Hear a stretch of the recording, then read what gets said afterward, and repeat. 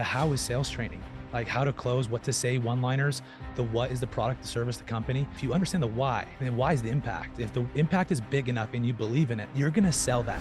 I've always made the joke, I could never sell a Maserati. Why? Because I don't believe in it. So I think for sales, you have to look at the high core governing value of why you're doing it. So I'm divorced, 3 kids, and it's wrecked my life. I've had a lot of failures, a lot of successes in sales. I've realized not filling my cup. And even though I was selling well, doing pest control, I was slowly depleting my cup. It wasn't sustainable because the personal development, everything else wasn't there. We can't pour from an empty cup. And that's what selling is. The thing that people tend to leave out of their lives is community. And really what I mean is like a mastermind. Like if you want to level up, you need to be around people who are going to help you get there. And you're the sum of the 5 people you hang out with the most. That's what changes the game. That's what makes or breaks your success. Poor sales rep, like a low performing sales rep, what do their values look like? What are they missing? First and foremost, just having needs met, right?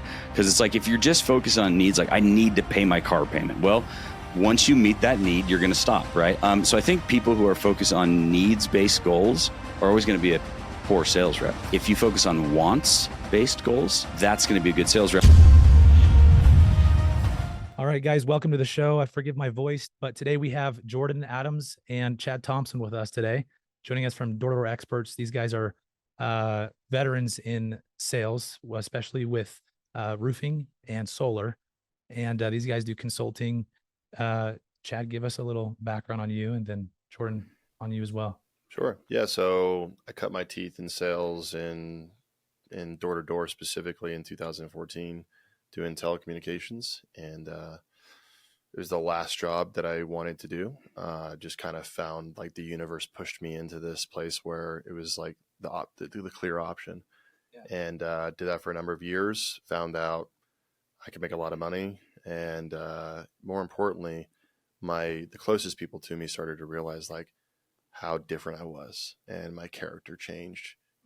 More than any job I've ever had, my character changed the most in door-to-door sales. And then kind of moved into, like in a good way, bad way, summarizing. We'll go into it. But yeah. So in a good way, or summarizing, right? In an amazing way. Okay, I like in an amazing way. Yeah. So, and then that led to starting businesses, and I recently just sold my roofing company, and it was doing over 9 figures. Yep. Wow. Yep. Yeah. So it's been fun. Now I get to consult with Sam. I was in Africa with him. He's like, "Why don't you come? Just teach people how to do what you did." And Sam Taggart for the audience. Yeah. Sam Taggart. So now I get to hang out with Sam and teach CEOs how to do what I did. That's awesome. Love it. Jordan. Yeah, I think I'm the old guy in the room.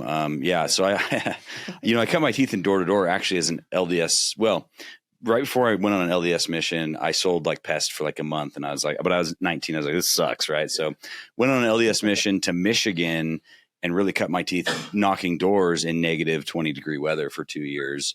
And from there, sales-wise, man, I've sold a lot of things: blinds and shutters, pest control, some alarms, primarily solar, as far back as 2013, 2014.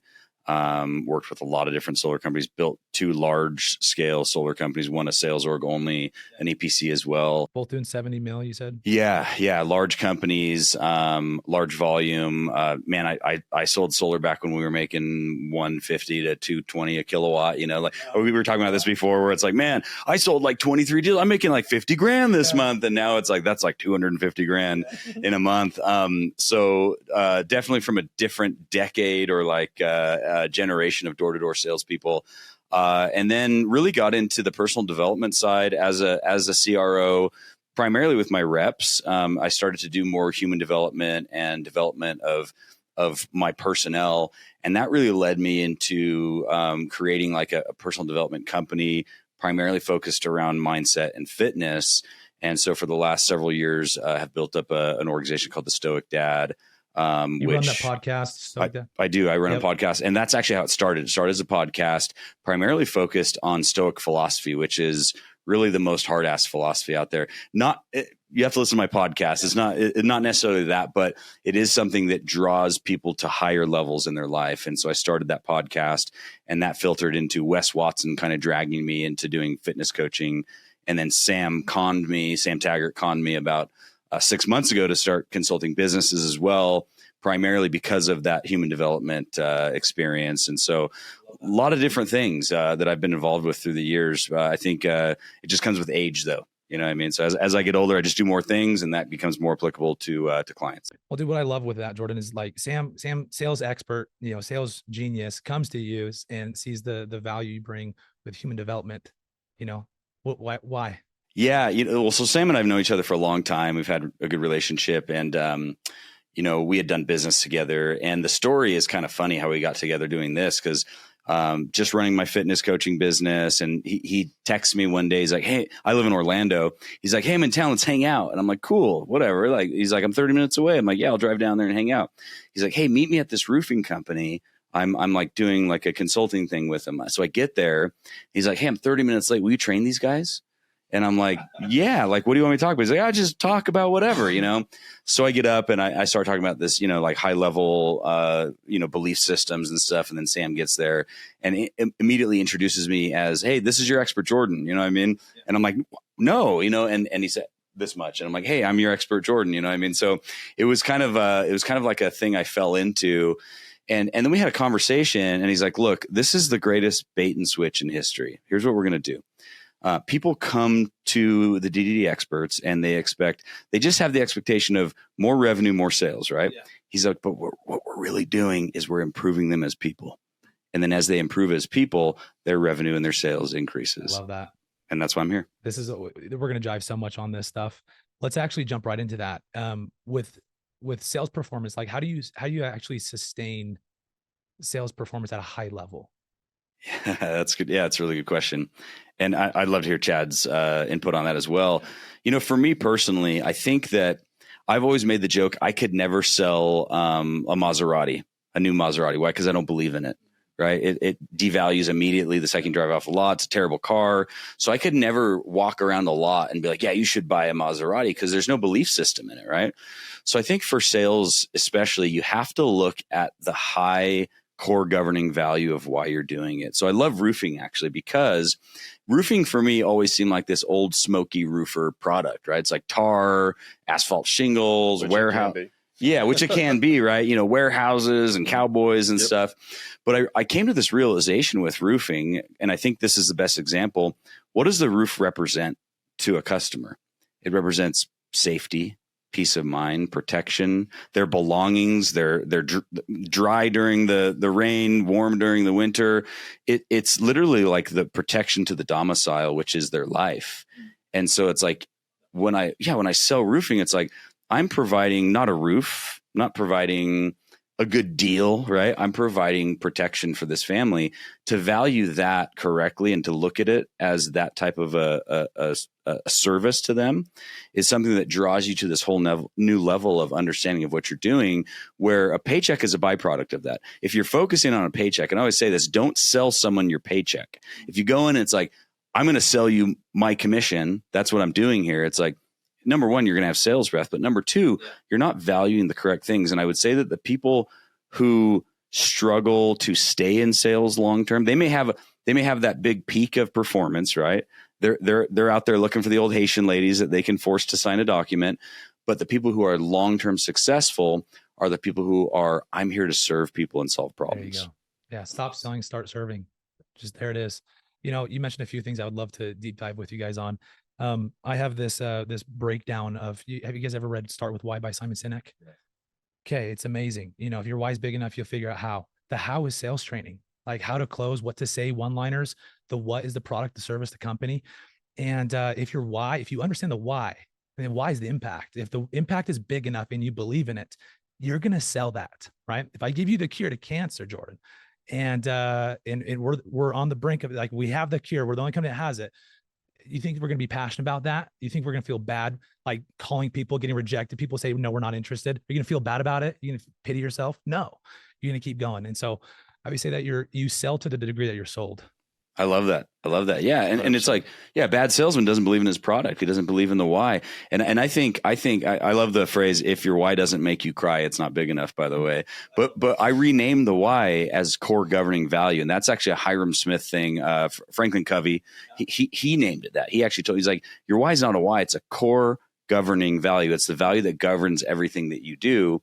And he's like, you will always serve what you value, for good or bad. If it's because there are core values and poor values, right? So if your poor value is sex, drugs, money, cars, notoriety, title, you will do anything to get that, and you're going to reap the consequences. If your core values are service, love, kindness, protection, safety, you're going to do everything you can to serve those values. I love that. And then, it solves so many problems right there. Like when you have that mindset, you don't have commission breath. And there's something amazing. There's a psychology about this. Like when you lean in and show disparity, they lean back, and it's like, oh no. But when you lean out, you're like, I'm good. Like you sign up or not, like they lean in. It's reverse psychology, and it's this buy-in that happens organically. And you and I both learned this on our missions.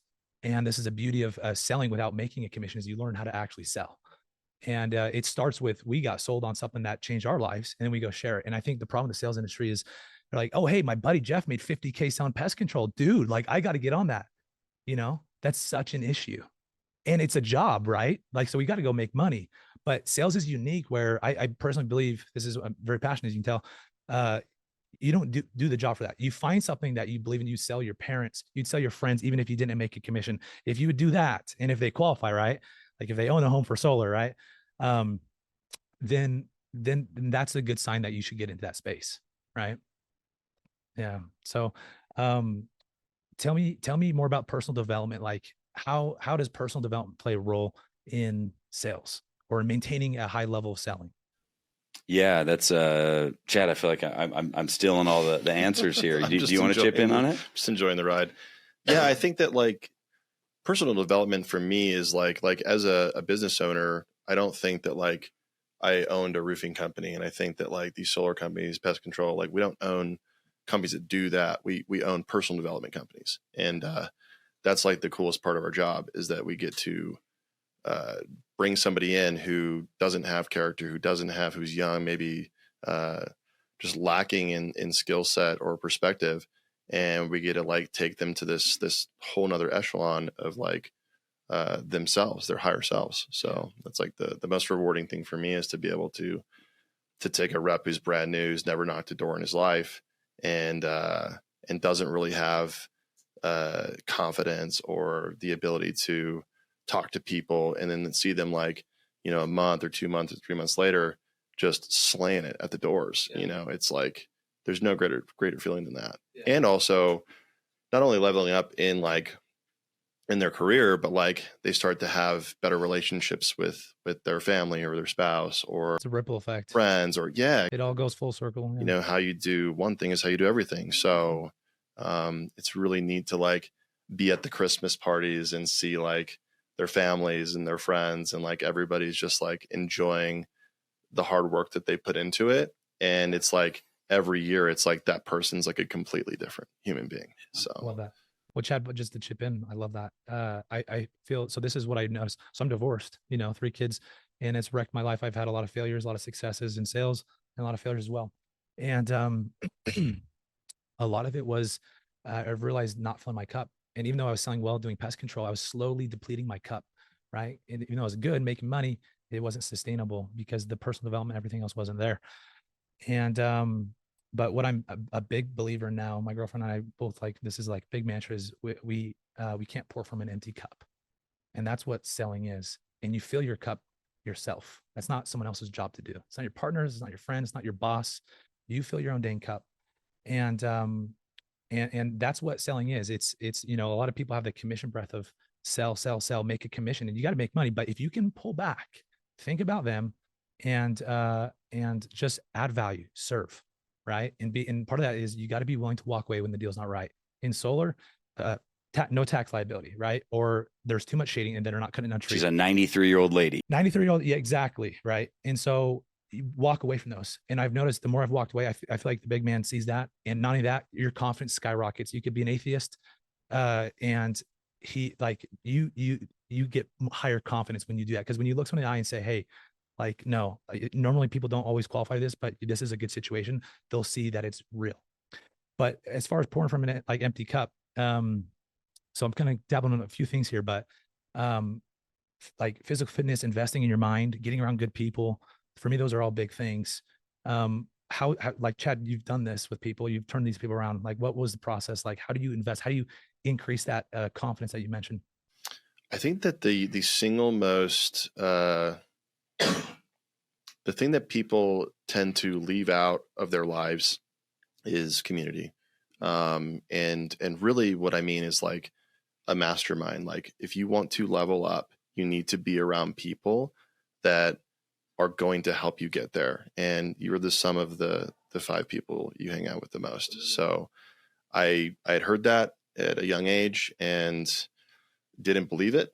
And then I got to experience, it in real time. And when I started to get around people that were experiencing the kind of success that I wanted in my life, and it started to happen in my life, it almost gave me the chills. You know what I mean? It was like one of those, because I didn't listen to my parents in a lot of ways. I was like kind of an interesting kid. And it took me many years to like fail over and over and over again to start saying, maybe, some of these things that people are saying are right.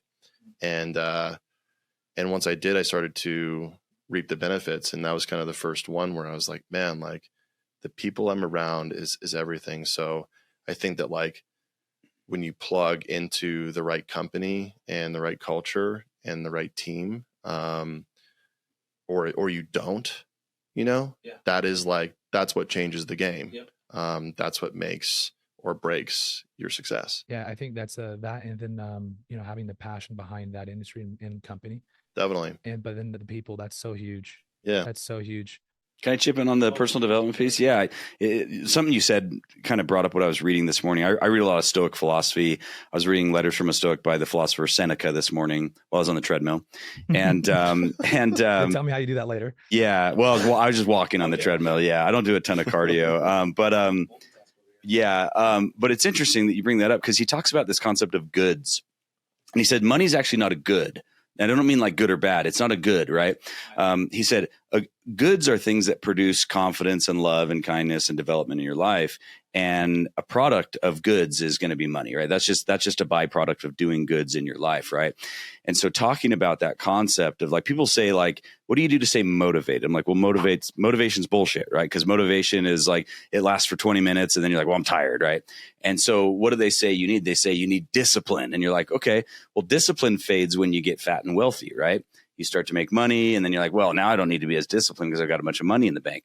So what is it? What is that thing? And this is a training that I give a lot. What is that thing that drives you when motivation is completely non-existent, when discipline has faded, right? It's values.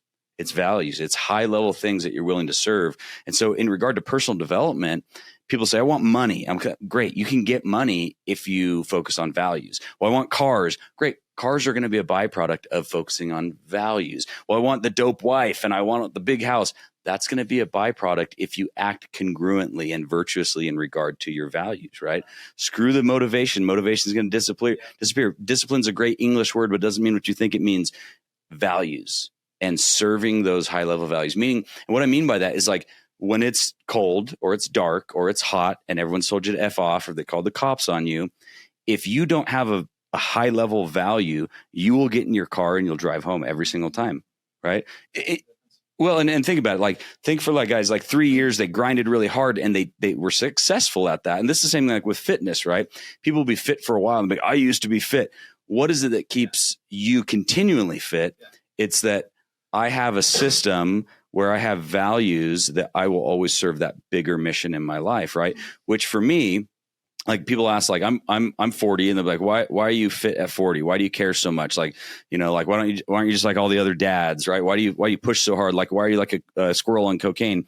For me, what I would say the most valuable thing for any man, any woman is to look at themselves in the mirror in the morning and say, I am consistent in being congruent with my values and integrity. And it's like, I want to be worthy of those things. And you can't truly look at yourself in the mirror and say, I am worthy of those things if you're not being consistent with your values. Yeah, I love that. That's an extreme level of confidence that is not fake. It's real. Yeah. I love that. I love what you said about motivation and discipline. I'm a big proponent of discipline, but I want to break down this value thing. So what are these values, like as an example for, let's just say from just a typical sales rep, right? Like what is a poor sales rep values look like? And then what is a top performer sales rep, like a consistent over time, not just a burnout. Oh yeah. And Not you like kind of hit on the burnout here. Like that's part of what prevents people from burnout is you got to have something bigger why. Yeah, and burnout's real. I think for all the listeners as well, they've either felt it, they're feeling it, or they're going to feel it at some point, right? And burnout is just a mindset. Burnout is because they don't really understand what's going on, like that. They're coming to a precipice of where they need to serve their values, or they don't have values, and they're going to burn out, right?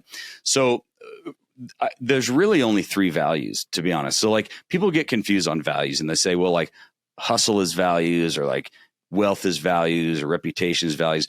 No, those are just names we put on values. The 3 big values are peace of mind, protection, and prestige, right? Peace of mind, protection, prestige. Prestige meaning that worthiness, right? Look at being able, like, I was telling Chad about this on the way here, proving to myself that I am the high level person, that I got kicked out of 2 schools by the time I was in 7th grade, expelled from high school, was supposed to be a statistic of the state, like I served a mission, but when I got home, my dad was like, I thought I'd see you in 3 weeks. You know what I mean? So proving to myself that prestige that I possess in myself. Protection, meaning that I the people around me that I care about. Right. And then peace of mind, like having sustenance, the needs, the basic needs met, but even going beyond that, right, to where it's like the basic wants met, right? And so you can put whatever name you want on those, but it's always going to represent one of those 3 things. Yeah, Interesting. And I think that's what you have to boil it down to is like, okay, so Socrates, which we know who he was, right? He was a Greek philosopher, right? He's famous for the Socratic method, and what is that? It's asking why.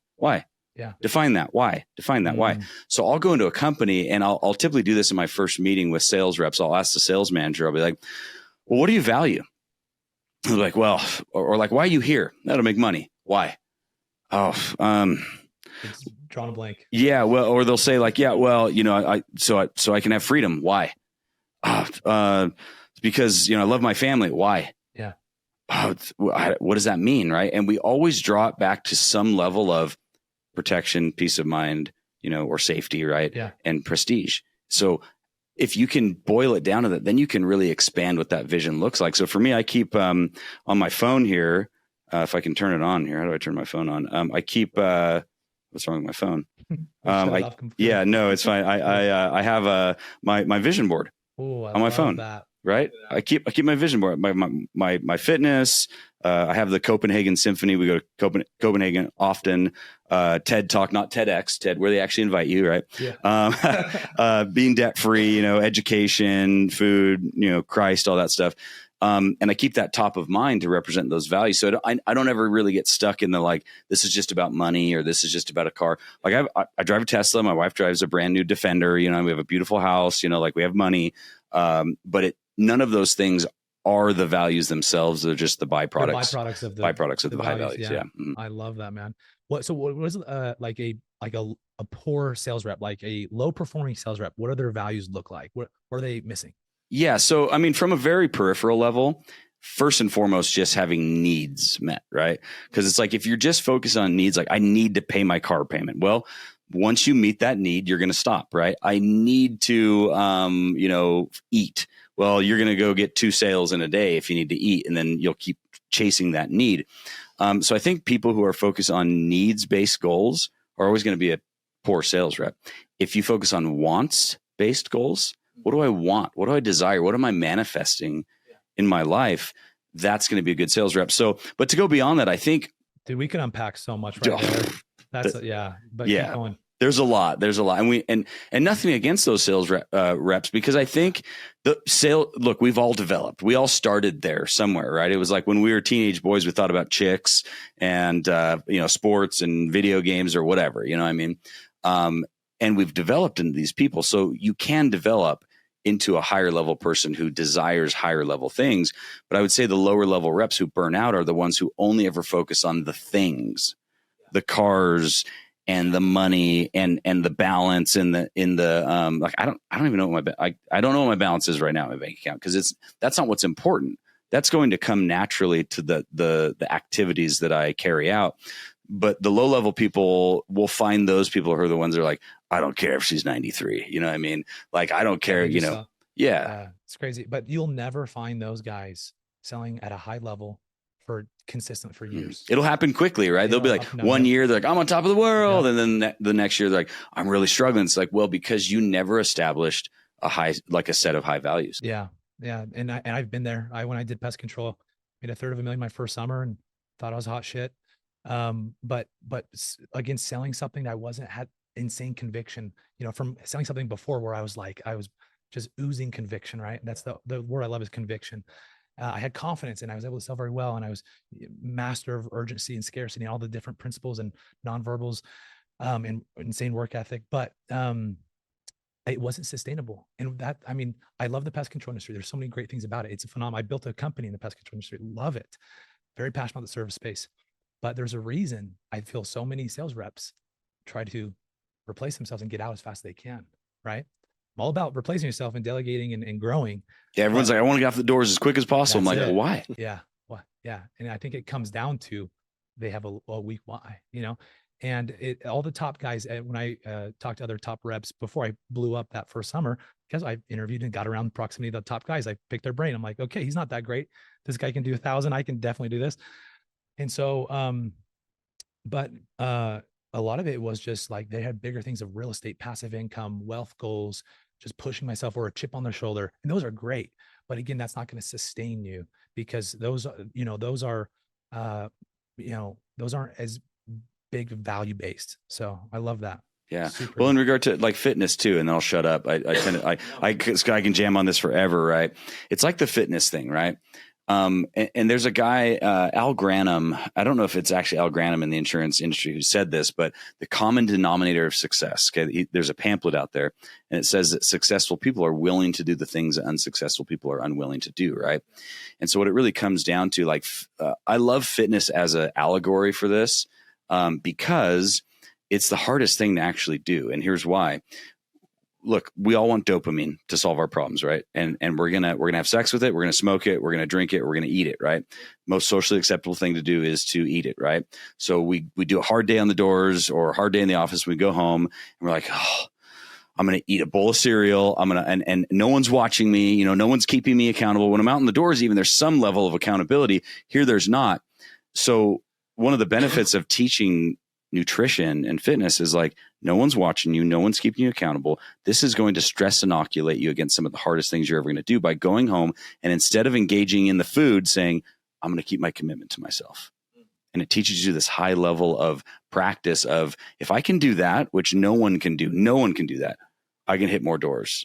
Well, not only that, as far as a persuasive ability too, when you keep commitments to yourself, when you look somebody in the eye and tell them like, this is going to happen, they feel it. They're like, two people can say the same thing, and whether they're trained on paraverbal communication or not, it doesn't matter. It's not about the how, it's about what's the person speaking it, right? You can't use the dark psychology on somebody to be sincere. And it goes back to the idea of like, are you looking at yourself in the mirror every morning and saying, I'm keeping my commitments? Because you can't lie to yourself. Yeah, exactly. Yeah. I love that. Okay. So let's talk about these top performing reps a little bit. Well, on this topic, and I'm going to got you in the spotlight here. I love this, Jordan. And you guys can either pitch in, but top reps, their values. Can you guys pick out a few that in particular, and trace it back to, okay, it was because of this? Yeah. So, well, I'll highlight a client of mine. His name's Billy, and he works for a company called Nolan's Roofing out in Orlando. And he was actually a mid-performing rep when we first got together. Okay. And we had this conversation. I took him into a room and I said, what do you value? Like, what's the core governing value? And we kept asking why, and it got down to the worthiness and his daughter, and like what he wanted to create wealth because he wanted to be able to give his daughter this next level life and really show his daughter what a next level person was, because he knew he would set her up to be a next level person. And I always tell men, especially who have daughters or sons, I'm like, your daughters will marry you and your sons will become you. So what the hell are you doing? Right. And so we had that conversation, and I said, let's put a number to it now. What does that number represent? What do we need to purchase that opportunity for you? And he's like, I need to be able to do $500,000 a year. I'm like, great. What does that look like? And he's like, well, I need to do, about 21 builds a month to be able to do that. I said, what does that look like in a weekly basis? Nice. He's like, this many. And I said, great. What does that look like in a daily basis? Like, how many do you need to sign daily? So I need to sign 2 every single day. Okay, great. you have data on the doors. How long does it typically take you to go out and sign 2 contingencies to prepare these for jobs to build, right, in roofing? He's like, well, probably about 2 hours per, well, let's call 3 hours. I'm like, great. So how many hours do you need to knock every single day to go out and create 2 contingencies? He's like, well, 6. I said, great. Now let's go back to the why, because you can boil it down to the 6 hours, but what's going to make you knock 6 hours every single day? And he's like, oh, that personal worthiness, the family, the freedom, and showing my daughter what type of man I want her to, to marry, and the type of person I want her to be. And now he's doing almost triple the amount of contingencies consistently, and he's on track for that $500,000. That's amazing. How does he do it? Is he actively like, is he on the phone to like you? Like, how does he remind himself of that stuff? Yeah. So what helped in the beginning, because I love this guy. So I kind of bugged him really hard in the first little bit. I'm like, Billy, where are we at, bro? I was like in Tahiti. I'm like, what's going on, man? And, but yeah, we got down to the 13-year-old girl level, and I helped him create his vision board. I'm like, put this on your phone, because top of mind is always going to be in front of vision. Right. And like, keep looking at him. Like, what do we do all day? We effing look at our phones. Right. Yeah. So he put that on there. And then it just became second nature because of the intrinsic feeling of like being like, I'm awesome and valuable, and I'm hitting these numbers. And that's, and we've even gone through a little slumps where it's like, wow, I'm like, no. Let's get back to the lead generation and signing, as many contingencies as possible. And so for him, I think it's really been coaching him, and it's not like he didn't know this before. Like when we hear this, go ahead. We coach people all the time, right? Yeah. And it's like they're like, oh my, I'm so one of my coaches is Dave Meltzer, who's an amazing. Dave is awesome. I was with him down in Miami, and he said something to me, and I was like, Jordan, you're an idiot. Like you've known this. It's been in there somewhere. How did he just brought it out and kind of like brought it to the front of my vision? So like with Billy, it's just like I just had to like here. It's right there. And he's like, oh my gosh, I'm an idiot. You know what I mean? So it's because the client, this is the beauty of coaching, is it's not that the coach is smarter. The coach doesn't have to be smarter or better or more talented or more gifted, more insightful. It's there. You're in the trenches. You're doing the work, you're grinding. And the coach has all attachments removed, and they have that vision that can see over, right? You're in the battlefield, they can see ahead. And they're like, dude, you already know this, but do this. Right? Yeah. Yeah. Yeah, I love that analogy. Yeah, you're like, you're just sitting. Yeah, like I'm not anything like Billy. Billy, I think you're more talented than me in a lot of ways, Billy. But I'm sitting up in the stand, and you're down below. I'm like, Billy, it's behind you. Yeah. And he's like, oh, I'm an idiot. Dude, this is something that blew me away when I started doing coaching. We took off last year, coaching clients one-on-one. One of the most rewarding jobs, by the way. So cool. And I've learned a lot of people can do it, and like, especially if I can do it, like a lot of people can do it. Yeah, it's true. But what I learned more is like, I thought it was gonna be a lot of like the sales psychology stuff like that, but you don't have to be this amazing person to do that. It's just having that extra person of accountability and insight. It's amazing what that unlocks for people. And a big passion for me and what we're helping build. And I love that you guys do this, and we might be able to work together in some regard. But so many sales reps don't do coaching. They don't invest in themselves. You see guys like us and entrepreneurs investing like hundreds of thousands of dollars. Like I pour more money into myself than I do into real estate and anything else, because I know it's going to have a bigger ROI. And, but if salespeople could only see that, and they get scared about paying for a coach or something like that. But if they could see the vision, how do you think people could get into like getting the experience of a coach to help level them up? Like, what do you think is like a limiting belief there, or how do you guys help people with that? So sell me on coaching. Yeah. So you're a great person to talk on this, actually. Yeah. Well, we saw that need as well. Yeah. And we actually designed an entire program called the League. Okay. That we're going to be launching full blown at D2DCon this year. Let's go.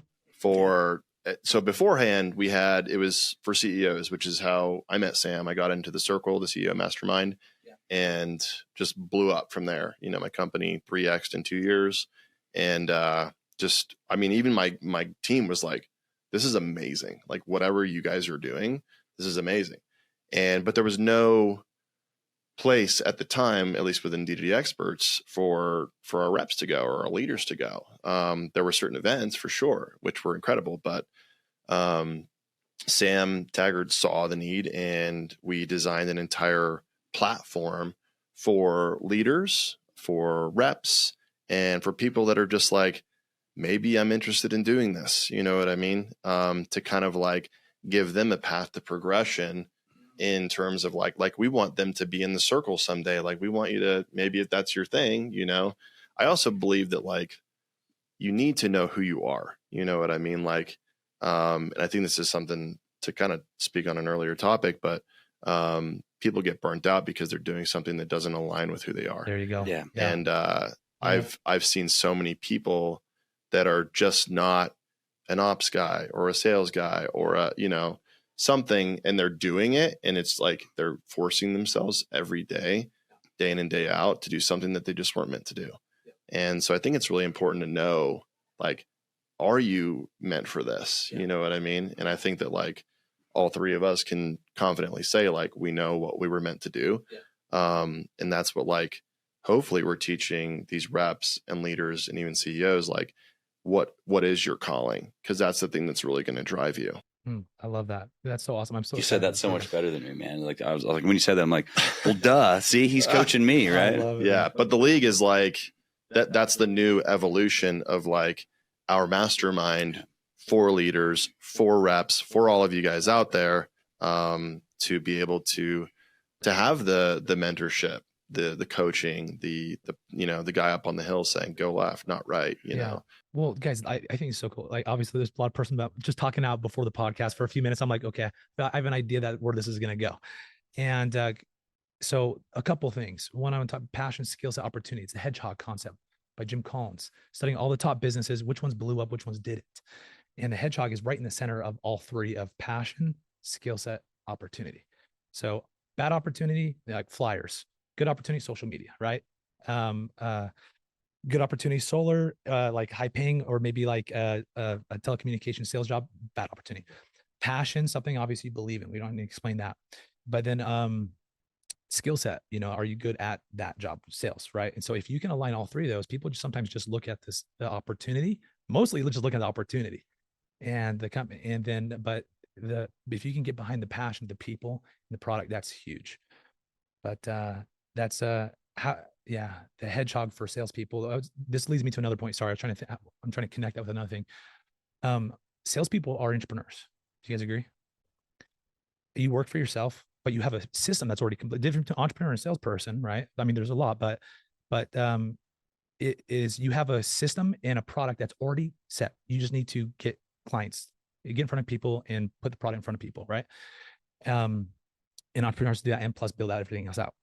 But a lot of things are similar. And if salespeople can start thinking like entrepreneurs in this regard, with the hedgehog, with their time, with personal development, investing themselves, coaching, they'll get a similar ROI. I've noticed that for myself. And part of my story I'll share with you guys real quick. I was doing solar last year, making $20,000 a month. And then I invested in myself, went all in. And I would study, and I went the top guys in the industry, Michael O'Donnell and a couple others. I love Mike. Yeah, he's awesome. He's a homie, dude. I love him. Yeah, he's so fun. Yeah, we're homies for sure. I love that. And but when I got around him, I wasn't getting the one-liners. It wasn't about the one-liners. It wasn't about how. It wasn't about what he was doing. It wasn't about the company. I was able to duplicate what he's doing right here in very difficult state to sell, and 10x my income from 20K to over 200K a month. And it was because of the passion, the why. That's all. He got me fired up about the solar. He helped me understand the scarcity, the urgency behind it, the things are going away. And all of a sudden I see this like opportunity that isn't going to be around. Right. And I start communicating with massive authority. And it's because I was super sold. I got super sold, and I got that ability to sell at that level because I invested in myself and I took the gamble. I think a lot of guys just they lack the inner belief that like they have more in them. You know, like you were called to do sales for some reason. Like you got balls, you know, if you're a woman, like it's an amazing thing. Yeah. You got balls still. Yeah. You got balls still. Yeah, for sure. But, no, it's so I think they just need to lean into that a little bit more, invest, take the risk. It's, to some regards, sales is obviously risky, right? It's a risky thing. It's not always guaranteed income. And so you're a mini entrepreneur, lean into that, invest in yourself, go do coaching, mastermind seminars. A lot of them do, but not enough. Not enough. Yeah. Yeah. Mike has such an awesome story. He's a great friend. And, in fact, we were with him in Orlando, and I told him, like, you need to tell more of that passion story. 'Cause he gets technical sometimes and stuff. I'm like, tell more of like, cause we did a podcast together and he got really into just the mindset stuff. I'm like, oh my gosh, Mike, you're blowing my mind here. And I'm like, you need to just have a mindset alone podcast. But he had a switch. And it really was when he started to really understand where that hedgehog came together for him. Cause he told me we were in Tahiti together and he's like, I used to, he didn't make money till he was quite a bit older. Right. And he's in his 60s now or almost 60 or something like that. But he was like, I used to think that I was doing well when my kids couldn't qualify for the free lunch at school. Like I was doing enough. Yeah. I make enough money to where my kids are like, like they're not too poor. Right. But then when passion and skill set and the other one, opportunity came together for him, that's really when it like, so. And the reason I bring that up is like, look, a lot of guys, maybe they're listening. They're like, dude, I don't really know how to get there. And maybe I've had success and now I'm not having success. Mike was literally in his 50s when all of a sudden it like clicked. Right. Or it's like, I love Ian McKellen who plays Gandalf or Magneto. Wait, hold on. Let me, sorry, go ahead. Yeah. On Michael O'Donnell. He's making probably over $1 million a year doing solar. So easy. Just that's all I need. Yes, to say. yeah, So, easily, right? Just on the sales side alone, his own sales, no reps. He does, yeah. Not to mention the business. I love Mike, man. Yeah, Mike and I are kindred spirits. But Ian McKellen, who's an Oscar award-winning actor, multimillionaire himself, he had been a stage actor up until his 60s, and then all of a sudden in his 70s, he's like, I'm going to go play Gandalf. And now he's Gandalf and he's Magneto and he's, I don't know, and every other, you shall not pass, you know what I mean? And he's a multimillionaire now because he didn't give up. Right. But I think for different people, I always look at it like I'm 40. I'm like, man, when I was 20, like your age, when you figured it out, it's like, oh shit, I wish I would have been the hedgehog then. You know what I mean? So if you're listening, listen closely, find a way to connect those dots now and do exactly like Nick did, where it's like, dude, like find a way to get to that level where you can put those things together and you're going to find that passion for sure. Dude, everything we both know, the compound interest isn't just with money. It's even more so with investing in yourself and getting in or around the right opportunity. So that's well, and I think too, just finish up that point. Cause this came to my head. It's like, I think like you made a really good point. Like it didn't, that conglomeration didn't come together. It didn't fall in your lap. You had to go look for it. You're like, look, I went and studied the top performers. I read the books. I invested in myself. So I think a lot of sales reps or entrepreneurs in general are thinking like, okay, I'm waiting for it to fall out and hit me in the face. You know what I mean? It's like, you're not going to find the hedgehog unless you're out searching for it. You've got to invest in it and look for it to find it. And again, like you see, if you were to just Google or YouTube, how can I go from 20,000 a month to 100,000 a month in sales? Or how can I make $500,000 a year in sales? Everything you're going to see on there is tactics on training. And this is what I get fired up about is that's not how you do it. Yeah. No. You do it by getting sold on yourself and on what you're selling. That's it. That's so true. That's it, man. Well, and I think that it's about putting yourself in the right opportunities, but like you said, like those they don't come to you. Yeah. So it's good. Like if you're in sales, like, you already understand this principle. You got to you're starting in the right place because like, especially if you're in direct sales. I mean, don't get me wrong. Like I sold Verizon in a store. I sold Rosetta Stone at a kiosk in the mall.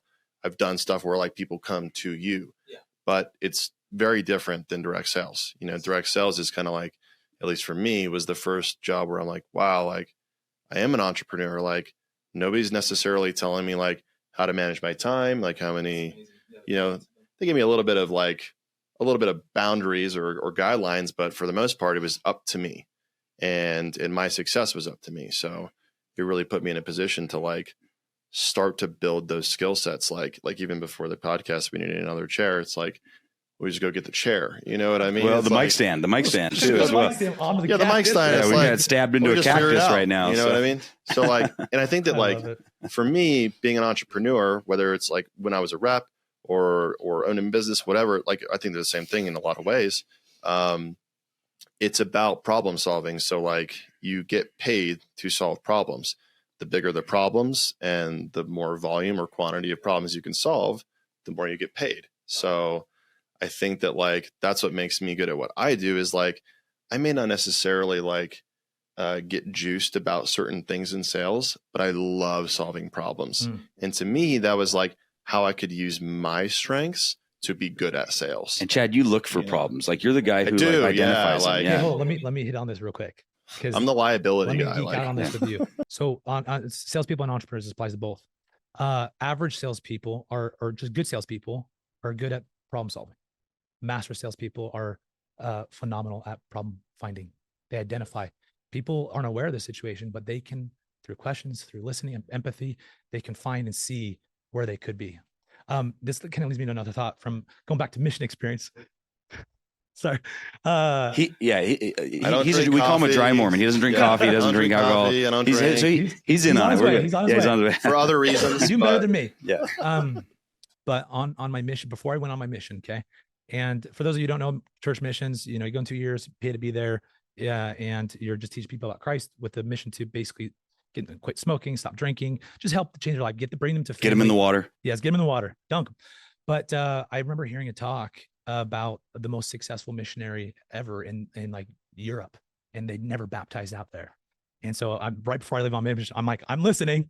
I'm ready. Tell me the secret. And he said, the mission president interviewed him, said, tell me what you're doing. What is different? And he said, every time I look at somebody, whether they're smoking, whoever they are, I don't look at them in their current state. I look at them and who they can become after they changed.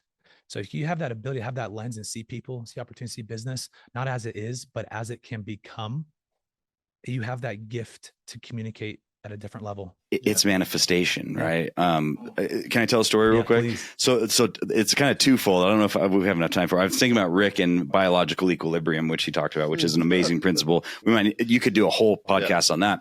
But you got to get this guy on your podcast. Dude, Rick is the G. He's like an astrophysicist, roofing owner. Like, it's incredible. But we were in Tahiti. We took the Circle, which is the high level mastermind in the D2D ecosphere, to Tahiti, which Mike is a member of that. So Mike was with us there. But when we first got in there, if you don't know who Sam Taggart is, of course, most of you do. He's the CEO and founder of DDDU, DDD Con, DDD Experts, high performing door-to-door sales, the whole thing. And one thing about him is we do these trips and he doesn't necessarily love to plan everything, right? He likes things to kind of naturally develop, right?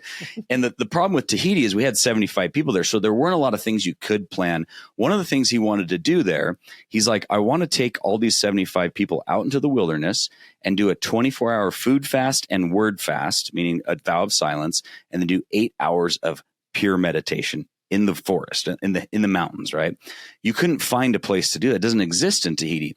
So the first day that we're there, Sam's like, all right, let's go figure it out, right? And so first we go to the LDS chapel and we meet some people there and we're thinking some stuff is developing. But Sam and I kept having like this impression. We're like, we just need to drive into the mountains to find this hike first where we're going to do this thing. And so it's towards the end of the day. We still hadn't got out there and we're like, look, let's just go. So Sam and I and Sam's wife Dee, we just take the car and we start driving up to this waterfall that I had identified on a map, and we take a wrong turn and we start going up this mountain, and we come up to this place called the Rainbow Park, and it's way up in the mountains in Tahiti, right? Like totally local place. There's no tourists that go here, right? And so we're like, well, what's this? Let's turn down this road. And as we're driving down this road, there's an old Defender coming towards us with a bunch of kids in the back. And there's this French guy, because it's part of France, who we later identify as this guy named Manutea. And he's like, what are you guys doing here? And we're like, oh, we're and before we could finish, he's like, you're American? Hard stop. No. And we're like, look, we're just looking for a place where we can host this Look, guys, I got to take these kids down the mountain. It's going to take me 30 minutes. If you're still here when I'm back, great. We'll talk about it. If not, go ahead and leave. It's not a big deal.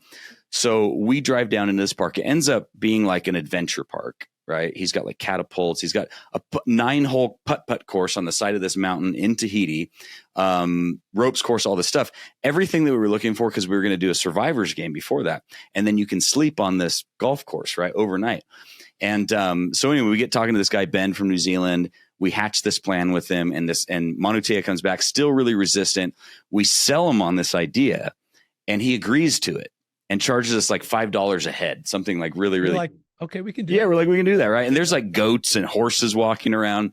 So we carry out this whole thing to where We ended up having everyone sleep overnight under the stars on top of this mountain. Mike's wife is Marsha's the sweetest lady. She even did it, right? And Marsha's out there sleeping under the stars, oath of silence. We feed everybody out there, and then we end up breaking the silence, hiking up the mountain to this restaurant that's on the top of the mountain. That's the other part of the story is after that we went and sold them, and we're like, we want to bring 75 people. Hard stop. No, you're Americans too. And we sold them on feeding us fondue the next night. So the reason I bring that up is like we manifested this, door knocked it, sold it, and literally executed on it, right? And it's such a funny story because we're like, yeah, we're door knockers. Like we literally did something that you can't go to Tahiti and be like, I want to do the same thing. It doesn't exist. We had a problem. And we found buses to take us up, which no one on the island would take us up the mountain. And the whole story there is like, we went and searched for a problem. Sam created the problem, right? It was like, well, I want to do this that no one else can do. Yeah. And then we found solutions for it by door knocking it and manifesting it. I love that. Dude, we're hiring a lot of people and growing with our company. And the thing I look for A players is, do you solve problems? Do you act like, if you come to me to ask for it, I'm not interested. You're a B player. But this applies for sales. This applies to any job, is problem finders and problem solvers. I love that. Oh, the last part of that story, though, by the way, is that I slept at Monotea's house last night that I was there. We became like great friends. Are you serious? Yeah, Jake, actually, who's like our director of training. Yeah. We both stayed at his house. Like he's coming to my house and he's flying out and stuff. Like literally, this guy became my best friend. You know what I mean? From literally just taking the opportunity to not be afraid to go into that darkness and that chaos and be like, let's just manifest this. Oh, I love that. Well, dude, we're on this topic of entrepreneurship, salespeople, the kind of the symbiosis there, the correlation. One thing I've noticed is I've delved more into entrepreneurship the last like 4 or 5 years of my career. Graduating from sales to entrepreneur was leveraging my time, and that's been my big obsession. And looking back, I wish I knew this earlier. Selling was how important your time is. We're talking about time versus money. They're both important, but time, you can't get more time, but you can get more money. And but with this, how does this apply to salespeople and business owners? Business owners are obsessed about duplicating themselves so that they can work on the business, not in the business, and increase revenue and grow it, right? And so you need people to help you assist in tasks so you can be doing higher level things, the things that you're called to, the things that you're good at, right? And so that move the needle. And but if salespeople can understand this principle, this mentality, that there's things that you can even hire out, right? As far as we could deep dive on time management if you guys want, but there's things that I've noticed. If you're making at least $100,000 a year, I think step one to double your income is, well, other than hiring a coach, investing in you, would be to buy back your time and realize, okay, I think for especially door to door, any type of sales job, there's minor time and major time. Minor times, taking notes on prospects, thinking about prospects, planning, goal setting, even making calls, door knocking. Major time is one thing. It's time in front of the prospect. And so how can we get more time in front of that prospect? And we're doing a lot of the back end fulfillment, like the client success. I'm all about client success management post sale, right? But that can be someone else that does that. And in fact, they can probably do it better. Is assembly line. Henry Ford invented it, so delegate. And so I think a lot of salespeople could implement this system of delegation if they knew that principle, that, hey, you don't have to be a millionaire, a multimillionaire running a business to delegate and hire things out. You can do it at even $80K a year. And it's probably what's going to help you get to that next level. Yeah, absolutely. I mean, I think Chad's an evil genius on this, by the way. He's an evil genius. It's kind of my thing. Yeah. Being an ops guy. I think that so Brian Tracy's like one of my favorite, authors. And one of the first books that really changed my life in this, realm is Eat That Frog. So, which is all about like prioritizing, task management. And I think as salespeople, this is like easily like the weakest link of their character, which I totally agree with you. Like when you get to that point, financially, you really should just do what you do good and delegate the things that you kind of suck at. You know what I mean? I do that all the time. You'd be more fulfilled too. Yeah. Like I used to mow my lawn. In fact, I love mowing my lawn, but like, it's just not worth my time to do that. Like, it's like way not worth my time to do that at this point. You know what I mean? Because the opportunity cost of the gifts that you've developed that God's given you that you could be blessing other people with. Absolutely. Yep. So I think it's important to like stick to that. But like on the Eat That Frog note, like it really taught me, and I don't use like the exact like A, B, C, D, E, method. I do eat that frog, like taking care of like the hardest, worst tasks first thing in the morning, knocking out first. It's funny. My wife is like totally opposite. She's very effective too. So find your method, you know what I mean? Find like what works for you and your character. But that one like just stuck with me. And I literally like, I live off of my calendar. My calendar is my boss. Cause you'll find as an entrepreneur, like you may not have someone breathing down your neck. In fact, in most cases, if you're good, you don't. So, but you need someone telling you where to go, when to do it, what to do. Like, so my calendar is that boss. And then inside of that, I have lists, started off like when I first read the book with handwritten, like, all right, here's my to-do list for today. And I would highlight my A's, which are if I go on a vacation for 30 days tomorrow, what do I have to do today? Or it's going to, fall apart. So highlight all my A's and so forth. And one of those is D, which is delegate. So like, and I think E's is like, don't do it. You know what I mean? Like, don't just forget about doing it. So you may think that you need to do it, but you actually don't. So that really helped me with like figuring out, where do I spend my time, money, and energy? Which are the things that like, that's where I'm going to get my, the ROI is like where I'm putting those things. Yeah. And, it just put it all into perspective and helped me to put those things in the right places at the right times. Where do you think somebody can start? Read Eat That Frog. I love that. That is where you start. Like Brian Tracy's got a lot of great stuff for it. Just salespeople and just absolutely. Anybody. Yeah. I mean, we required, so like in our onboarding, we had like 4 tiers of like canvassers. Mm-hmm. So in every tier, you had to read a book before you could graduate to the next level, and Eat That Frog was the first tier. So awesome. If you don't get through that, really, like, and we found that like, it really did turn our sales guys, our canvassers, our door knockers into way more efficient reps. I love that. And outside of Eat the Frog, what about like the next step that somebody could actually take? Like, should they go to Upwork to hire somebody? Should they? I think that's huge. Actually, I hired from Upwork. Sam was like just talking to me about it, and as he was talking, yeah, done. Yeah, and because there's so much. I'm logged in. Yeah, there's good foreign labor in the Philippines or in Jamaica. Fiverr's another great one. Yeah, Fiverr's another great one. Yeah, I mean, like my wife, even just from like her perspective on like the domestic side is like even just like grocery delivery for her. She's like, I'm high level. I got kids, I run a business, same thing. Yeah. Yeah. I'm very big passionate about that side. The wife too, the partner. Oh yeah. Because can they do it? It's not responsible. Everyone has their own different beliefs, but I don't think anyone needs to be doing that. Like if they want to be with their kids or they want to be have time with you elsewhere, like just pay somebody to do groceries. Yeah. My wife's actually way better at I tend to be more stubborn, more prideful about stuff, like, let's go to Walmart, but she's a coach, we have 3 kids. She's in great shape. She invests a lot in herself, massive personal development junkie herself. And yeah, is either like the Target pickup, right? When I'm on my way somewhere else, or the grocery delivery.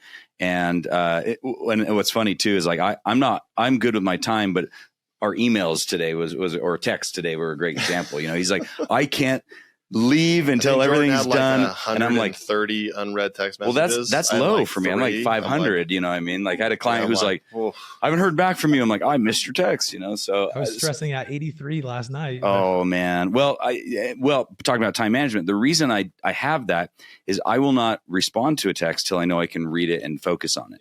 So that's kind of like an accountability thing for me. Like I will read like the first line. If it's not somebody, and Ed Milet talks about this, like where it's like, it's okay to be like, this is not an important text message. I don't need to respond to this. Do you leave the read receipts on, Jordan?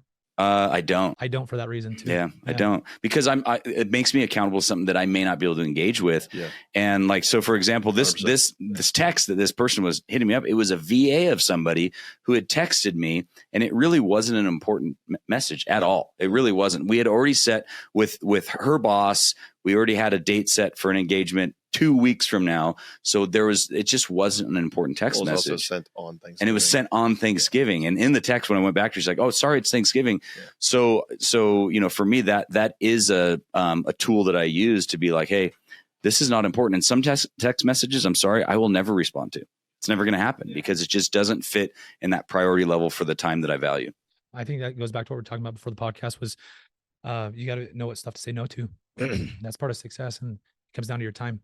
Yeah, absolutely. Okay, so getting around proximity for me, power and proximity, we talk about that. Talk a lot about personal development, entrepreneurship, sales, the mix of all that hybrid. Proximity for me has changed so much, and I'm obsessed about it, and being the dumbest guy in the room. Because you hit a plateau. What if you don't? You should not be proud about being the top rep. You should not be. You got to upgrade.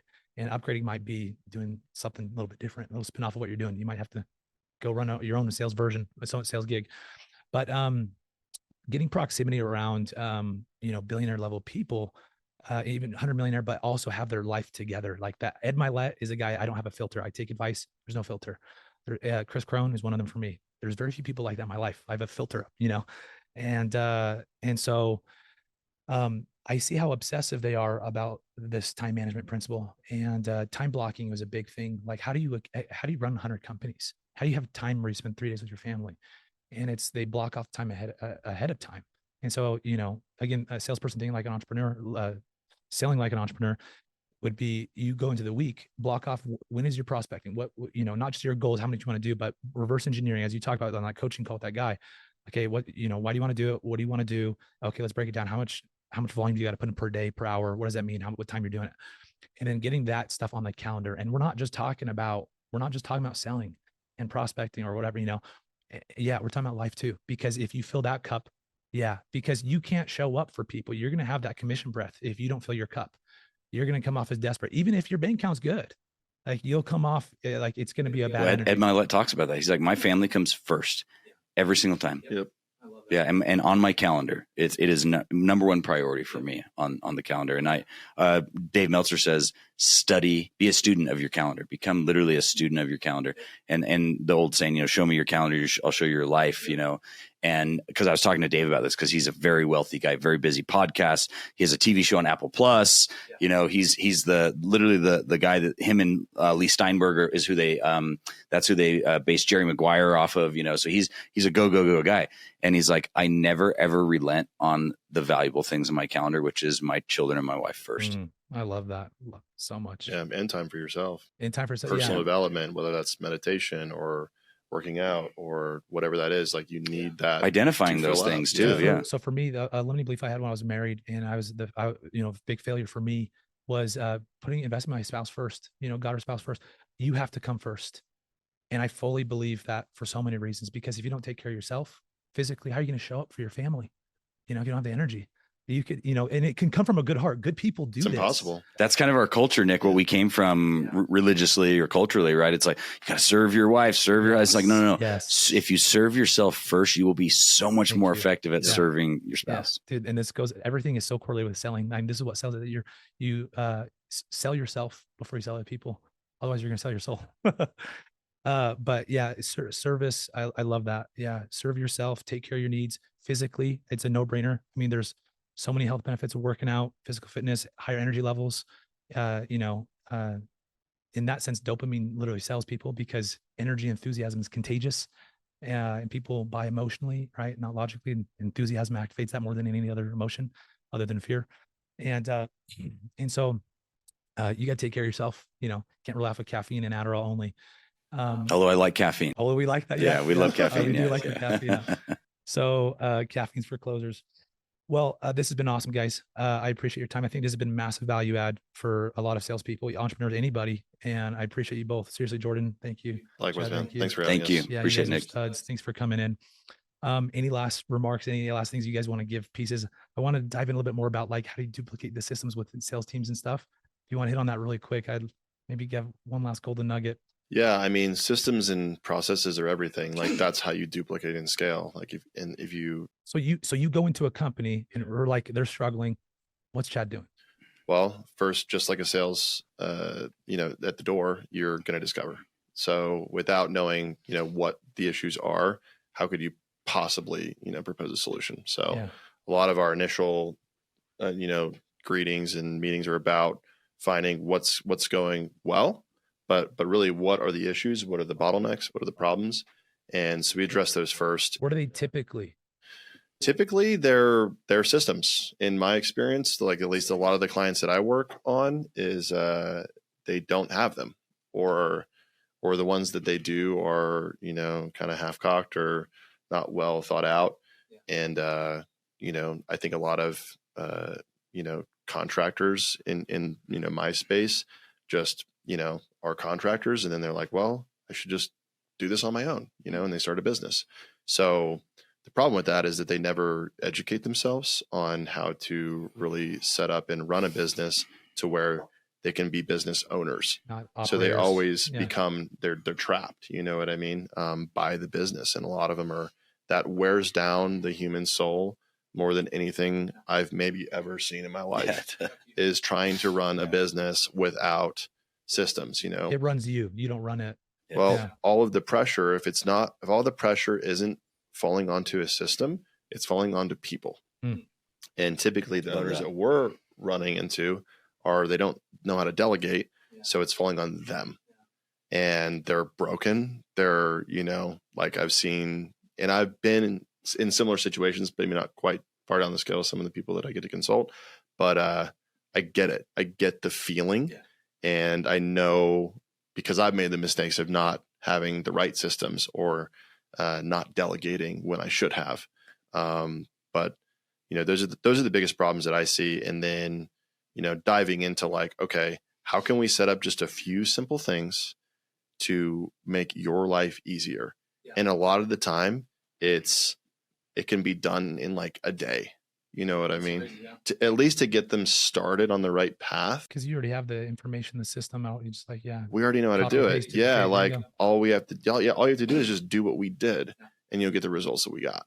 So it's nice to be able to, that's why, me and Jordan still have mentors and coaches, and because we want the cheat codes, you know what I mean? Like we don't want to have to spend 5 years learning how to do something. We want it in 5 months. Yeah, the more you learn, you realize how stupid we really were. Like, I realize how dumb I say that like, often, man, I can't believe I didn't spend more money, sooner. Like I think last year I spent well over $100,000 just with D2D experts alone. Dude, that like that thought, the opportunity cost of what it could be, that 10K is actually not 10K. It's about 100K is what that's costing most people, right? They got to think that way.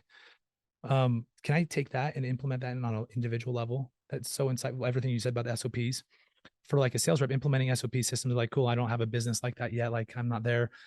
This applies to you. All right. One of the big things for me is having a go-to SOP. If, for those who don't know, standard operating procedure for when somebody no-shows, when an appointment no-shows, I have a go-to SOP. I have something where I can be proactive with my time instead of sitting there picking my nose. There's a go-to. Getting mad and punching the steering wheel, driving 40 minutes back to the other turf. Yes. Yeah. For the different business I run, I have different SOPs for it. But for selling, you got to have a go-to system of what you're going to do when that happens, because that will happen. That's part of the job. Calls in early. And so you can't be happy. If you look at your schedule and you have all these 15, 20-minute gaps here and there, that's hours. That's days and that's weeks on the year. And that's costing you so much. And then the law of momentum, because of the compound effect, if you get more sales, you'll get in a higher level. So that's one thing. And then what was the other thing? Anyway, like delegation or something like that. But anyways, that was I think a good place to start with that. Yeah. If you don't use GCal, like Google Calendar, you need to freaking start. Use an iPhone and use Google Calendar. 2 tips. Get an iPhone, use Google Calendar. I personally use my reminders as task management. Yes. I've also used more complicated apps, but it needs to be sustainable. And I found that, like, for me and a lot of my reps, simple is sustainable. Like if it gets too complicated, you're not going to do it. Right. So you need to simplify it. So Google Calendar. And the nice thing about Google Calendar is like you can categorize like field time, in-home time. You can look at it visually and you can see the percentages that you're spent, like where exactly to the T, which is like right up my alley because, analytics and being able to make decisions off of like actual facts.